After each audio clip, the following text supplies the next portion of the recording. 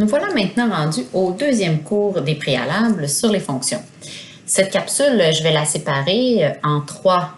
En fait, ce cours, je vais la séparer en trois capsules. La première capsule sur les opérations sur les fonctions. Ensuite, nous verrons les composés de fonctions et finalement la factorisation. Donc, c'est bien important d'écouter les trois capsules pour compléter le cours 2. Alors, commençons immédiatement avec les opérations sur les fonctions. Il est toujours possible d'effectuer l'addition, la soustraction, la multiplication et la division sur l'ensemble des fonctions. En voici 4 ici, dans notre exemple. On a la fonction affine, on a 2 fonctions du second degré et on a une fonction racine carrée. Ici, j'ai fait 2 exemples avec vous. L'addition de la fonction f et de la fonction g. J'écris toujours mes 2 fonctions entre parenthèses et ensuite, je me questionne si mes parenthèses étaient nécessaires. C'est une addition ici devant la deuxième parenthèse, donc c'était pas nécessaire. Je réécris en enlevant mes parenthèses et je regroupe mes termes semblables pour avoir la réponse.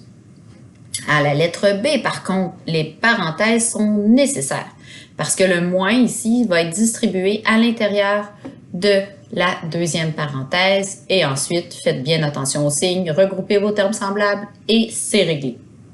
On va aller faire ensemble la lettre C. Donc, moi, je vais le prendre ici.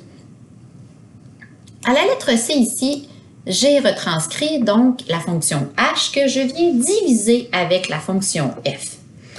Cette lettre-là va me permettre de déjà faire un retour sur la factorisation. J'ai un trinôme que j'aimerais diviser par un binôme. Si j'arrive à avoir des facteurs communs, ça se simplifie bien. Alors, la première chose que je dois me poser comme question quand je veux factoriser, est-ce que je peux faire la mise en évidence simple au numérateur? Non, je n'ai pas de facteur commun.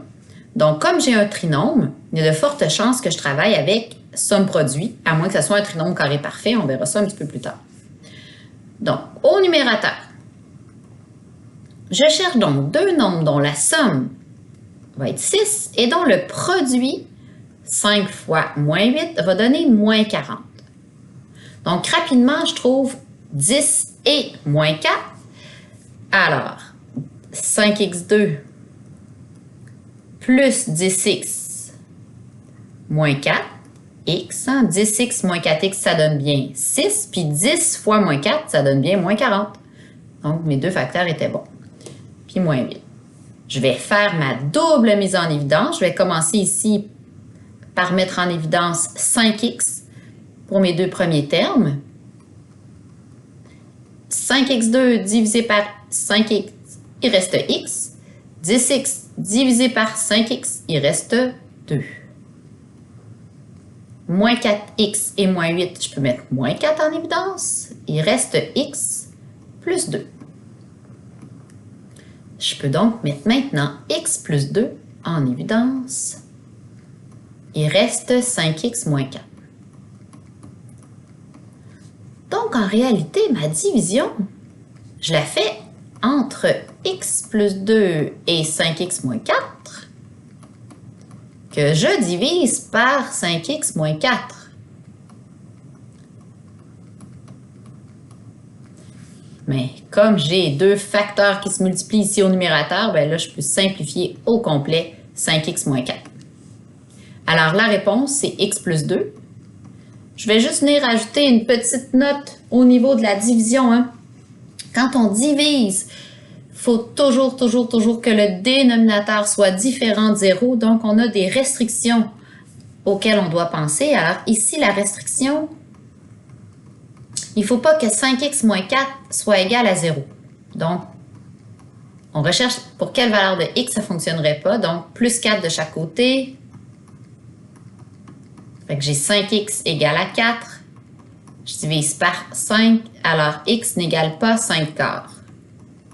Donc, la réponse est x plus 2 si x n'égale pas 5 quarts. Je vais vous laisser faire les lettres D et F en exercice. Mais avant, on va aller faire ensemble la lettre G. Donc, la lettre G ici, encore une division de fonction. Cette fois-ci, je vais regarder ce que je peux simplifier. Alors, ma fonction f, je vais juste retrouver ma fonction f. Bon. Ma fonction f ici,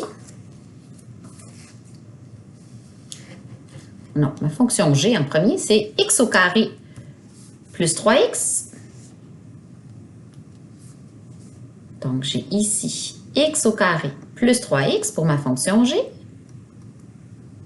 que je veux diviser par ma fonction f, qui est 5x moins 4. Si j'essaie de factoriser ici, je pourrais mettre x en évidence, ça me donnerait x par x plus 3, mais je n'ai pas de facteur commun ici avec 5x moins 4. Ça m'amène donc à réviser la division par crochet.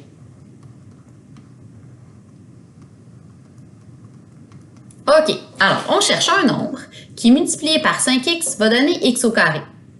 Donc en réalité, ce qu'on veut faire, c'est x au carré qu'on divise par 5x. Ça va nous donner ce nombre-là. x2 divisé par x, il reste x sur 5. Donc, 5x multiplié par x sur 5, ça donne bien x au carré. X sur 5 fois moins 4, ben x fois moins 4, ça fait moins 4x sur 5, parce qu'on multiplie numérateur par numérateur et dénominateur par dénominateur. On soustrait. X au carré moins x au carré, ça donne 0, c'est ce qu'on voulait. Faites attention ici. On change le signe, hein, ça devient un plus. Donc, petite révision sur l'addition de fractions. Je veux faire 3x plus 4x sur 5. Je mets ça sur le même dénominateur, donc fois 5 en haut et en bas. Ça me donne donc 15x sur 5 plus 4x sur 5. Alors, 19x sur 5. Donc ici, il reste 19x sur 5. On continue. On cherche un nombre qui, multiplié par 5x, va donner 19x sur 5. C'est le même principe que tantôt. Si je fais 19x sur 5 divisé par 5x, ça me donne 19 sur 25. Alors ici, si j'ai 19 sur 25 ici, donc 19 sur 25 fois 5x, ça donne bien 19x sur 5. Donc, moins 19x sur 5. 19 25e fois moins 4, moins 76 sur 25. On soustrait, donc ici, ça va changer notre signe. Ici, ça me donne bien 0. Et il reste 76 25e. Donc, la réponse de la division, c'est x 5e plus 19 25e reste 76 25e. On a encore notre petite restriction, mais c'est la même que tantôt. Si x n'égale pas... Oh, hey, j'ai fait une erreur ici. N'égale pas 4 cinquièmes. Oh là là là là. Hein? 4 divisé par 5, donc si x n'égale pas, même chose, 4 cinquièmes. Personne n'était là pour me le dire. Alors voilà, c'est donc la fin de la première partie du cours 2. Je vous rappelle qu'il est séparé en 3 parties.